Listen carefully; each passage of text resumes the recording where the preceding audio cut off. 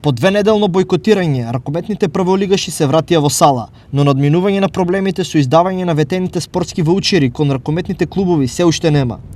Проблем представуваше промената на законот кој гарантираше 6 милиони евра за спортот, за подоцна да биде покачен на 10 милиони, со што мора да биде изгласан во собрание. Колку што има информации дека вчера во службен весник излегол законот и ние сепак коректни сме. Пријавивме екипи, пријавивме надпревари за сабота и недела кој како игра и ова коло сигурно ќе го одиграме. Проблемот продолжува и понатаму за ракометните работници, бидејќи по детални информации не се кажани за ваучерите. Те немаме ниту назнака